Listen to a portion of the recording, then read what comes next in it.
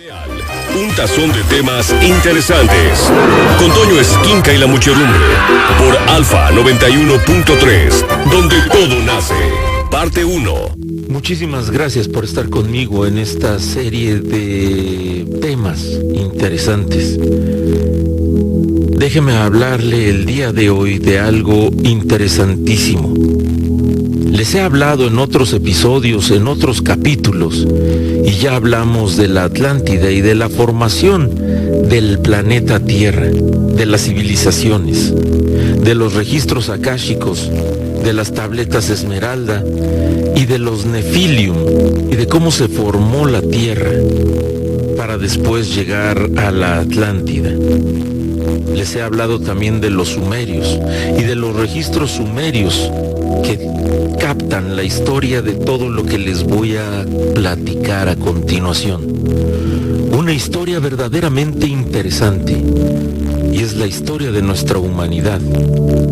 Pero para llegar al Egipto, que es el tema del día de hoy, ese Egipto que conocemos solamente por encimita, necesito comenzar con una teoría y el concepto del centésimo mono.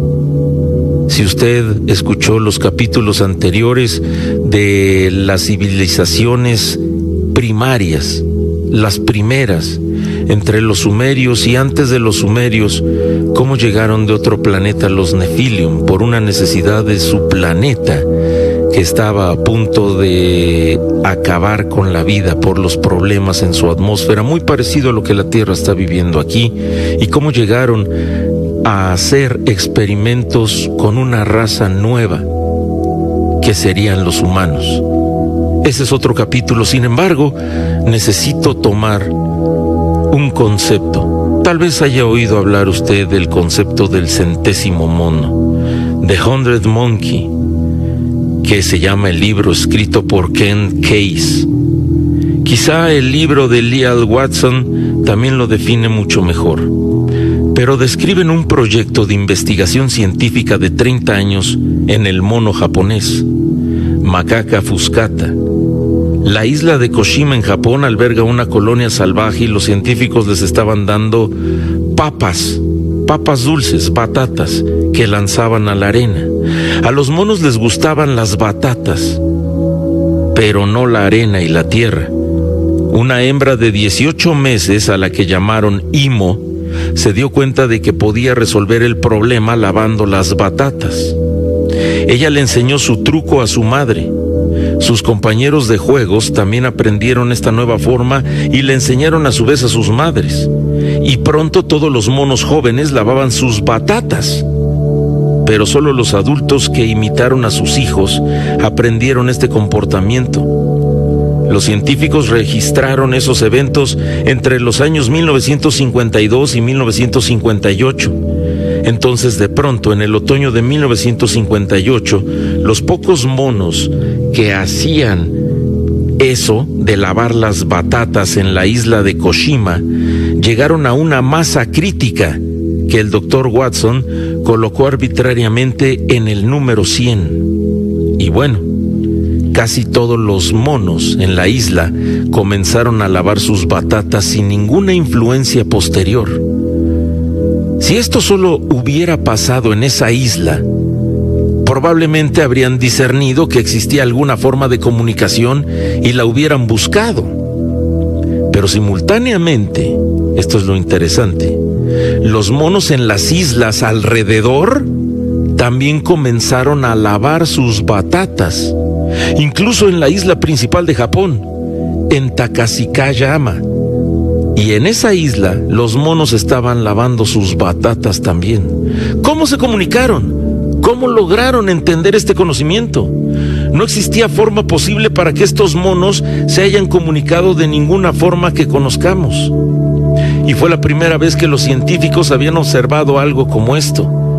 Ellos postularon que debía haber algún tipo de estructura morfogenética o campo, un campo eléctrico, magnético, energético, que se extendía a través de estas islas y a través de la cual los monos eran capaces de comunicarse.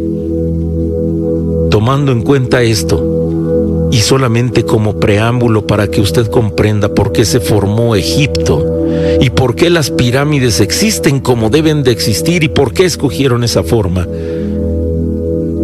hice alusión a esta teoría del centésimo mono. Y muchas personas pensaron sobre el fenómeno del centésimo mono.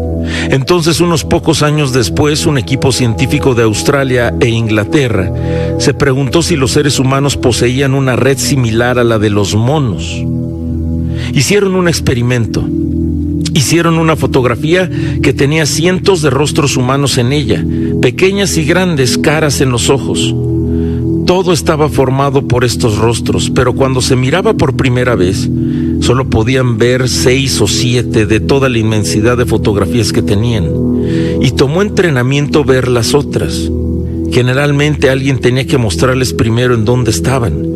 Y estas personas llevaron su fotografía a Australia y allí condujeron un estudio. Seleccionaron cierto número de personas de un espectro de población. Entonces les mostraron la fotografía de cada una, dándoles cierto lapso de tiempo para observarla. Les sostenían la fotografía y alguien decía: ¿cuántas caras ves en esta fotografía? Durante el tiempo que se les daba a los sujetos, generalmente lograban ver 6, 7, 8, 9 o quizá 10 caras. Pocas personas vieron más. Cuando ya tenían unos cuantos cientos de personas como su muestra básica y habían registrado acertadamente lo que habían observado, algunos de los investigadores fueron a Inglaterra, al otro lado del planeta, y mostraron la fotografía en un canal cerrado de televisión de la BBC, que solo se transmite en Inglaterra. Ellos mostraron cuidadosamente en dónde estaban todas las caras, cada una de ellas. Entonces, algunos minutos después, otros investigadores repitieron el experimento original con nuevos sujetos en Australia. Y de pronto las personas podían encontrar fácilmente la mayoría de las caras. Desde ese momento, supieron con certeza que existía algo sobre los humanos que no se había descubierto. Ahora, los aborígenes en Australia han sabido sobre esta parte desconocida, entre comillas, de nosotros durante miles de años.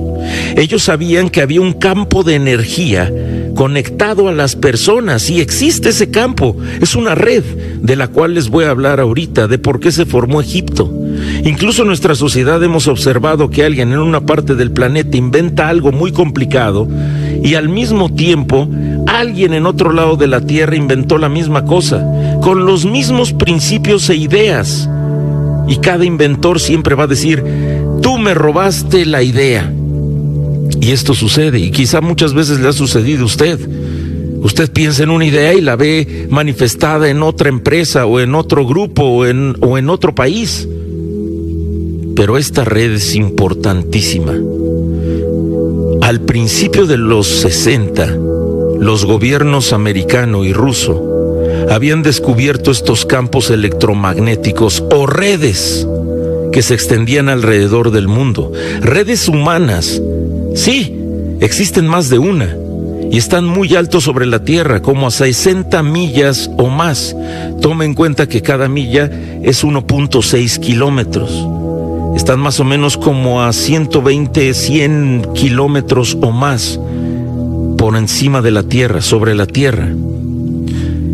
Y recuerdan que en otros capítulos les hablé sobre los 5 niveles de conciencia en la Tierra, que corresponden con diferente número de genes y diferentes alturas.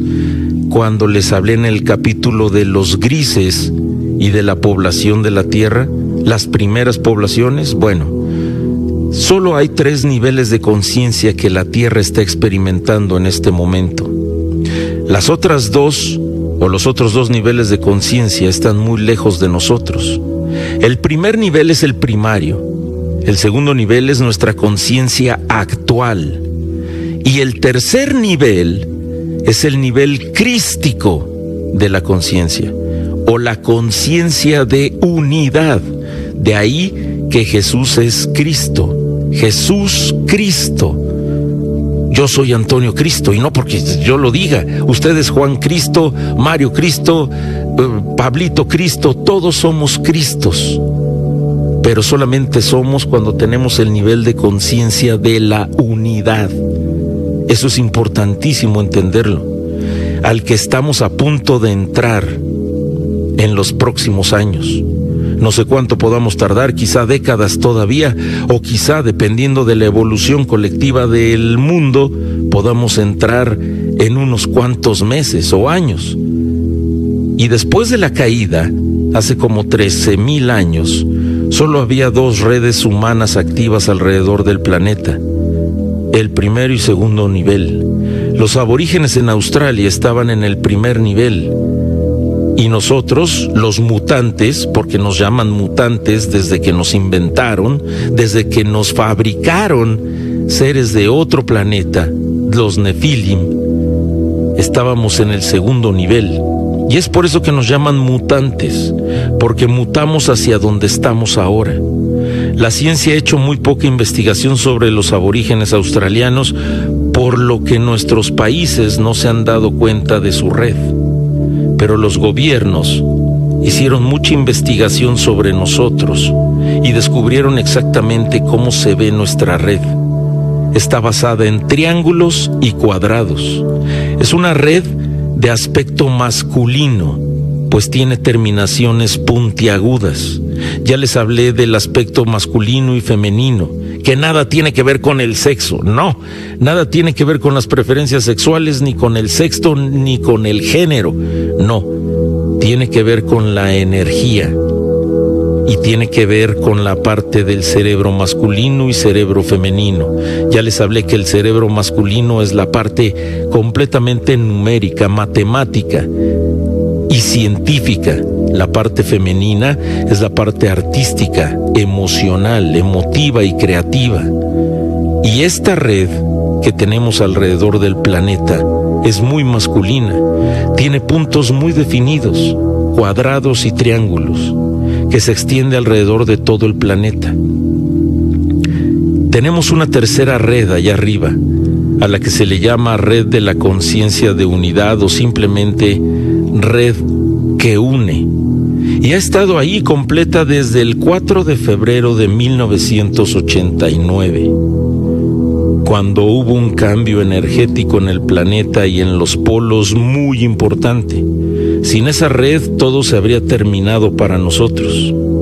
Los gobiernos se volvieron conscientes de nuestra red de segundo nivel desde los años 40. Y, sin embargo, esta red fue descubierta incluso antes de que saliera la teoría del 100º mono del que les acabo de hablar. Debido a la Segunda Guerra Mundial, los gobiernos estaban comenzando a colocar bases militares en todo el mundo en lugares totalmente distantes, en islas recónditas como Guam.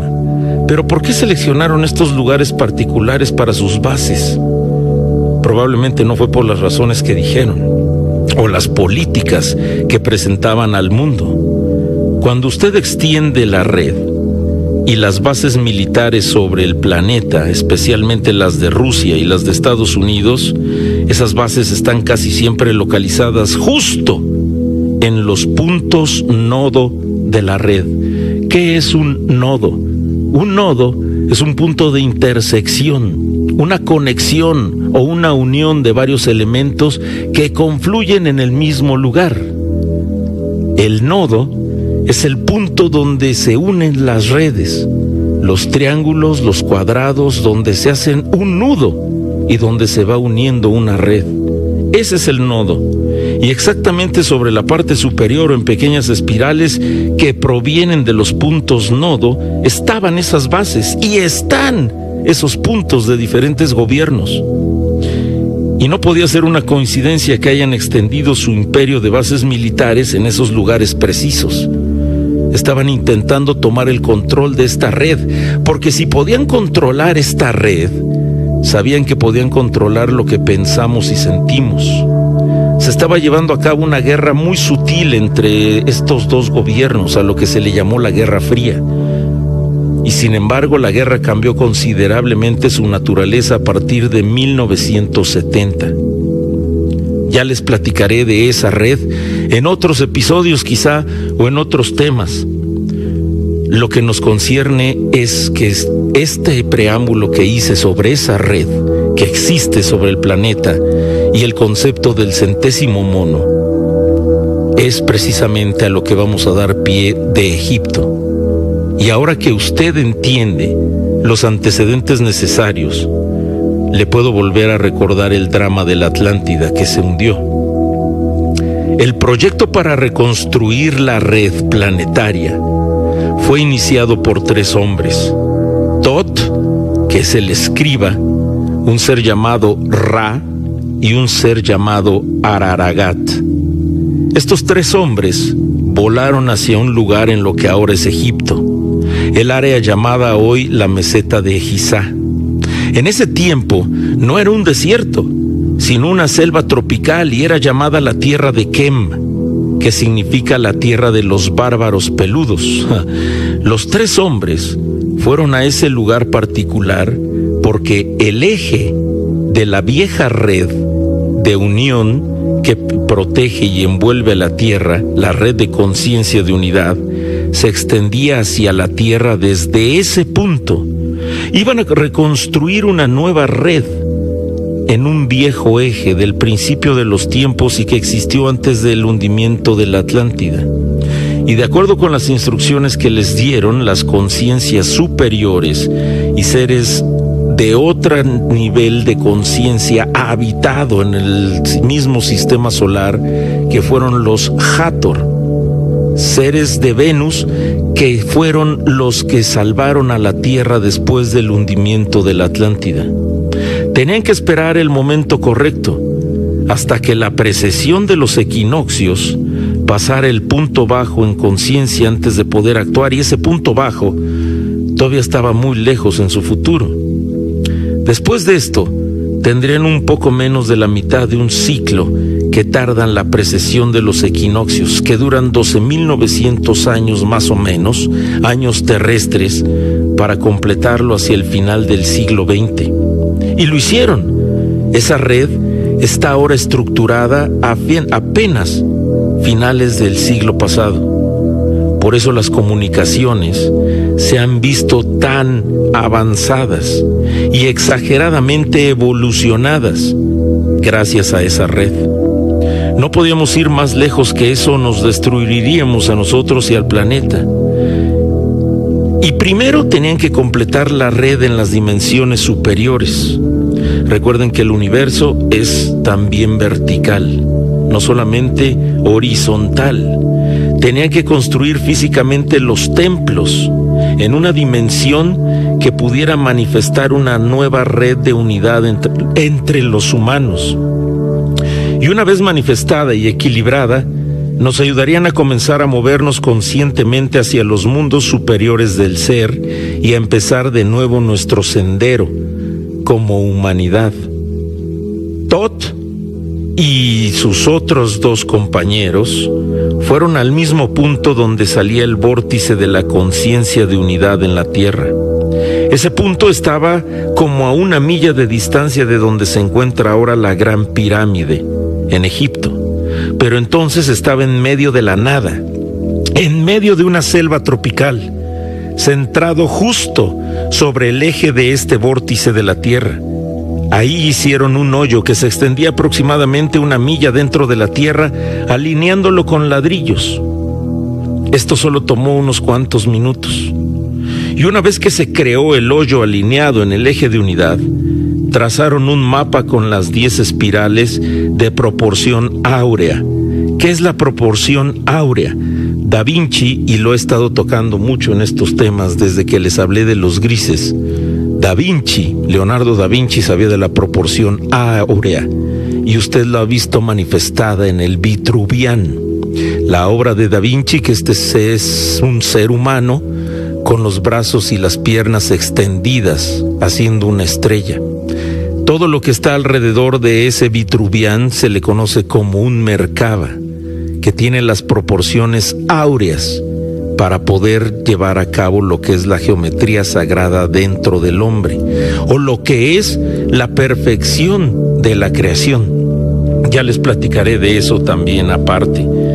Pero ellos usaron ese hoyo como eje, comenzando muy abajo, y trazaron el mapa de las espirales de energía. Y conforme subían y salían del hoyo, extendiéndose hacia el espacio, una de las espirales salía de la Tierra no muy lejos de la Gran Pirámide. Una vez que encontraron ese eje, construyeron un pequeño edificio de piedra frente al hoyo. Ese edificio es la clave de todo el complejo de Giza. Y entonces construyeron la Gran Pirámide. ¿Pero por qué la Gran Pirámide? ¿Y por qué con esta forma? ¿Y por qué con esas dimensiones y esas medidas exactas? De acuerdo con Thoth, la Gran Pirámide fue construida por él mismo, no por Keops, como se conoce en la historia tradicional. Thoth dice que se completó cerca de 200 años antes del cambio de los ejes de la Tierra. Los ejes de la Tierra cambian constantemente. La electricidad y el magnetismo de la Tierra, la precesión de los equinoccios y sobre todo de nuestros paralelos y del ecuador se mueve constantemente, aproximadamente 400 años, en ciclos de 400 años. Es cuando las ballenas pierden su orientación y empiezan a juntarse en otro punto que no debería de ser el que están. Hay ballenas que están llegando a morir en otros puntos del planeta precisamente porque son elementos electromagnéticos y cambian los polos. Cada 400 años el polo norte y el polo sur se encuentran a una distancia muy cercana del ecuador. Es cuando sufrimos cambios electromagnéticos en la conciencia de la red que protege a la Tierra, cuando la conciencia se duerme, cuando los humanos comenzamos a ser más agresivos, más inconscientes, como en esta época que estamos viviendo. Y conforme van pasando los ciclos de la Tierra, ese eje, el eje terrestre, empieza a cobrar su verticalidad. Y es cuando los polos se empiezan a separar más del ecuador y cuando todo vuelve a la normalidad y armonía.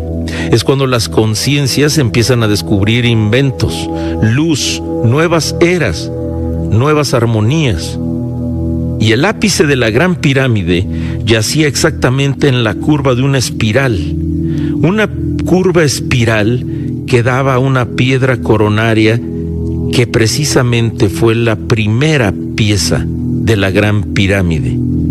Ellos alinearon el centro del hoyo en una cara sur del edificio de piedra y la cara norte de la Gran Pirámide. Esto ha asombrado a topógrafos que lo han observado. Aunque estas estructuras están a 1 milla de distancia entre sí, la cara sur del edificio de piedra y la cara norte de la Gran Pirámide están en perfecta alineación.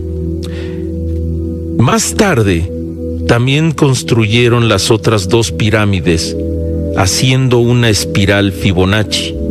Una espiral Fibonacci es como una concha, tiene una espiral completamente perfecta y están puestas esas pirámides justamente para atraer el vórtice de la red con la que nosotros nos comunicamos entre humanos, sabiendo que es la red de conciencia de unidad. Por eso les he dicho que todo lo que le sucede a una persona nos afecta a todos. La teoría del centésimo mono que les empecé a decir. Esa pirámide está hecha justo en el eje de la Tierra que hace que se amplifique y alimente de la Tierra hacia el espacio exterior nuestra red de unión. Es importantísima la Gran Pirámide. El día que deje de existir la Gran Pirámide, dejará de existir la humanidad, se ha dicho. En muchas profecías, en diferentes culturas, en diferentes creencias. Sin embargo, Thoth, y esto es en los registros de las tablillas púrpura de las cuales le voy a hablar, se dice que si la Gran Pirámide dejara de existir, todos los demás nodos o nudos, como ya les hablé, que conforman la red de nuestro planeta, desaparecerían instantáneamente. se dieron cuenta de que las 3 pirámides estaban situadas en una espiral logarítmica. Entonces trazaron la espiral de vuelta a su fuente y llegaron a ese punto, y ahí estaba el hoyo con el que comenzaron todo Egipto, y el edificio de piedra que se encuentra dentro de la Gran Pirámide. Ese descubrimiento fue hecho a principios de los 80 y fue registrado en la investigación de Ian McCullen, que se completó en 1985. Ese hoyo del eje y el edificio que se encuentra dentro de la Gran Pirámide es el lugar más importante quizá de la humanidad y de Egipto. Existe también otro hoyo como a una cuadra de lo que hoy conocemos como cuadras, unos 500 metros más o menos de distancia de la primera espiral, y la espiral es diferente.